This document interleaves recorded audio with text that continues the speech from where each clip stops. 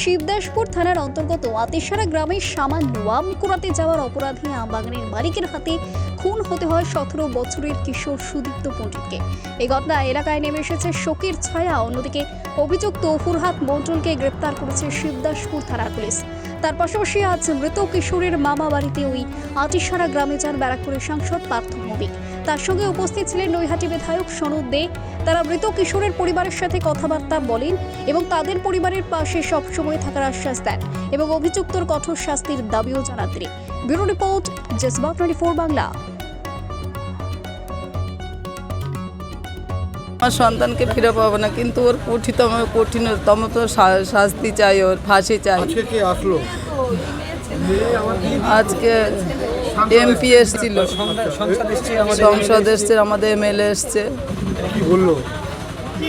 বলেছে যে শাস্তি কঠিনতা শাস্তি ওকে দেওয়া হবে, দেওয়ার ব্যবস্থা দেওয়া হবে, ওকে ফাঁসি চাইছি আমরা।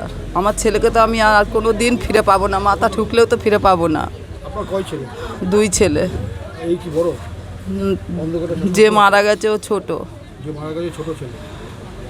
বড় ছেলের একটা চাকরি বা কোনো কিছু চাইছেন প্রশাসনের কাছে, সরকার সাহায্য করবে? হ্যাঁ হ্যাঁ হ্যাঁ, না তো আমাদের সংসার চলবে কি করে?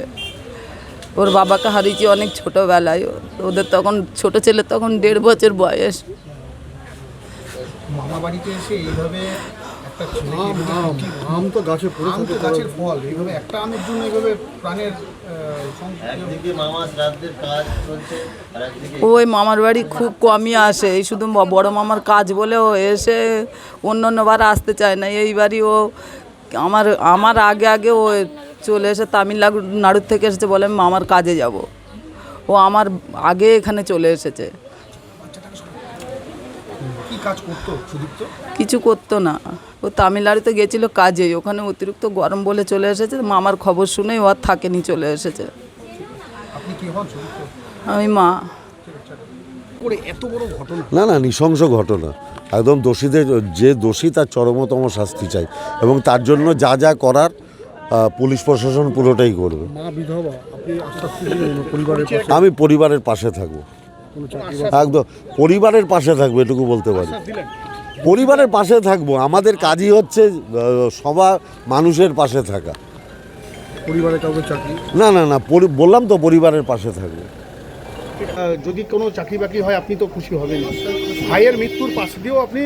অবশ্যই খুশি হব, কিন্তু ভাইয়ের মৃত্যুর যে কারণটা এমনি করে ঘটালো তাদের সঠিকভাবে আমরা বিচার চাই, এবং যেন পুলিশ তো নিজের কাজ করছে, উনি যেন ফাঁসি হয় এইটুকুনি আমাদের দাবি।